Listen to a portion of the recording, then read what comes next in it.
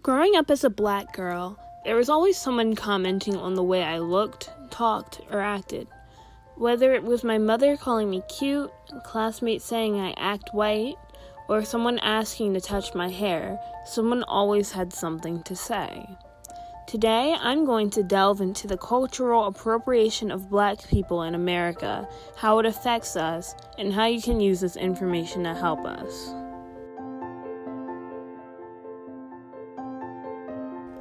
Appropriation and appreciation are two different things, and they need to be treated as such. It seems a lot of people don't actually know the definitions, only the connotations associated with them. Oxford defines appropriation as the action of taking something for one's own use, typically without the owner's permission, and appreciation as recognition and enjoyment of the good qualities of someone or something. This can turn into a very thin line when it comes to culture. For example, a lot of Japanese people are fine with foreigners wearing a kimono as long as it's worn correctly. They believe it falls under appreciation of their culture. Appropriation, on the other hand, occurs when the people borrowing the culture treat it as a costume or trend and/or disrespect it. It's also appropriation if they don't credit the original culture for creating the borrowed thing. Most marginalized people agree that they just want credit. Why credit is needed will be expanded on in the next couple sections.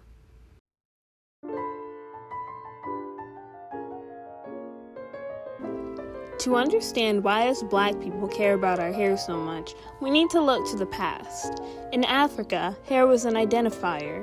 It showed where someone was from and where they were in the hierarchy. But everything changed when the colonizers attacked. When Americans started taking them away on slave ships, the first thing they did was shave off everyone's hair, effectively stripping them of their old identities. Once their hair started to grow out again, they had to maintain it. Some slave masters would allow their slaves some time to prepare for the week. In that time, they would plait, braid, or cornrow each other's hair. A lot of times, enslaved women were forced to wear head wraps, so when they finally got to participate in beauty culture after the abolishment of slavery, it was very important to them. Moving to cities, braided hair was seen as country and unsophisticated, so black women started to straighten their hair using chemicals or hot combs. Important note, this damages our hair. Too many times have I been burnt by the hot comb. For the longest time, straight hair was seen as good hair, and it honestly still is. In the 1960s, they brought forth a natural hair movement alongside the Black Power movement. It didn't last too long, as evidenced by straight hair becoming mainstream again in the 90s, but the natural hair movement is gaining speed again. I actually just had my mama braid my hair because of this section. I learned how to wash and maintain my own hair for the first time in 7th grade. 7th grade. All that time before, my mom did my hair or I got it straightened at the salon. What I need y'all to know is that we're still getting policed on our hair. The military made it so black women couldn't wear their hair in twists, locks, or braids. If it was braided, it needed to be straight back cornrows. An excerpt from the New York Times reads as follows. If a person doesn't have black hair, isn't married to someone with black hair, or isn't raising a child with black hair, this issue may seem like a whole lot of something about nothing. But what these women are demanding is a policy that reflects a basic understanding of black hair. For most black people, hair naturally grows up and out. Think the shape of an afro, not down. But the Army's regulations assume that all hair not only grows the same way, but can be styled the same way. For example, one permitted hairstyle is a bun. Yet because of the thickness of a lot of black women's hair, a bun is not always possible unless the hair is put in a twist first. But twists and dreadlocks, no matter how narrow and neat, are banned in the policy and labeled faddish and exaggerated. The military isn't the only place banning black hairstyles. Workplaces and schools also fire or suspend people for wearing their hair naturally. I don't think I'll ever get over the story of Andrew Johnson, a 16-year-old wrestler, whose locks got cut without his permission at school because the referee didn't want him to play with them. When I applied for my current job, I had my hair natural, and I'd be lying if I said I wasn't worried they wouldn't hire me just because of that. So when non-black people take our hairstyles and say, it's just hair, it makes us angry.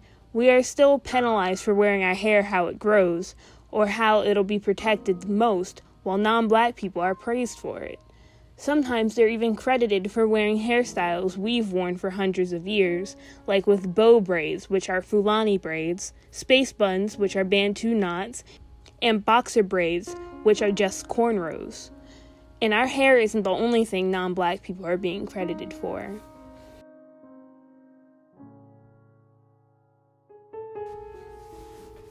AAVE stands for African American Vernacular English, and it refers to the way we speak and the slang we use. It has its own structure separate from standard English that we all understand, so if it's used incorrectly, we can always tell. Back when minstrel shows were popular, the actors would utilize AAVE to make black people sound stupid in the eyes of other white people. In the book The Early Republic and Antebellum America, Christopher Bates states the following. Minstrelsy was a popular 19th century form of entertainment in which performers, mostly white though sometimes black, darkened their faces with burnt cork and performed skits and songs. Minstrel shows were offensive by modern standards as they made extensive use of African American stereotypes, portraying blacks as ignorant, lazy, superstitious, and childlike. A lot of those stereotypes are still around today, plus some. Nowadays, black people are seen as violent and angry too. In Birth of an Industry by Nicholas Salmond, he states, those gags, as they have fed into larger systems of structural and institutional racism, have contributed to human suffering, and this is still true to this day. The media we consume tell us what's right and what's wrong. All those racist stereotypes are still perpetuated through comedic skits, previously on Vine and now on TikTok. Non-black people are using AAVE in their skits about ghetto girls, or they slap it on when they're trying to act angry. The angry black woman stereotype is harmful to black women, and it makes non-black people believe we're just angry to be angry when we have actual valid reasons to be mad about something. These stereotypes cause non-black people to just shrug us off. We are still called uneducated due to our vernacular. People don't take us seriously when we use it. All the times in school when I'd hear a teacher telling a student to speak properly has stuck with me. Every single time a teacher told a student it's ask, not ax, it stuck with me. Now non-black people are throwing it on and calling it stan language or internet slang. When you call it that, you're denying the hundreds of years of black culture. This part goes right back to the hair section. Black people are angry when non-black people use AAVE, not because we're gatekeeping it, but because we get penalized when we use it, while non-black people are praised and they go unpunished. We're angry because non-black people won't even acknowledge that this internet slang they're so fond of came from black people. For example, the term simp can be found in 90s rap songs by black artists, and the F-boy face is something I knew in middle school as the light-skinned face. Here's a really good video on TikTok from Khalil Green on why we care so much about our culture. So why are black people, African Americans in particular, so protective of our culture and trends? It's honestly very simple. When we don't protect our culture, someone or something else takes credit for it, makes a profit, and or erases the black people/communities who originated the ideas. This concept goes back to the early 1900s, but we also see a version of it in real time. When Addison Rae went on Jimmy Fallon and did those dances mostly created by black people, I hope you realize she probably got paid tens of thousands of dollars. It took nearly a week of campaigning for the original creators to even be mentioned on the show. When SNL did that cringy Gen Z hospital skit, which had Elon Musk and other comedians appropriate AAVE and slang, it went viral and probably increased their viewership by the thousand. When King Christian sells t-shirts with the light skin face and calls it swag jutsu, and Josh Morris builds a whole account off the same thing and calls it sexy face, I'm sure they're profiting from the millions of followers they got from just rebranding something black people have been doing for years. When Charli D'Amelio did the Renegade dance, her career skyrocketed, but I guarantee you Jelaya Harmon won't be getting any brand deals with Dunkin' Donuts. The day that black creators get the same amount of clout, recognition, and payment that white creators do from using our trends is the day we'll stop being so protected.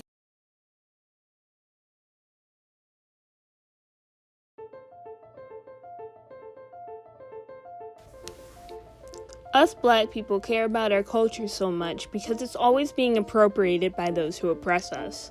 We don't want non-black people wearing their hair like us and speaking like us because we're still being punished for it while they aren't.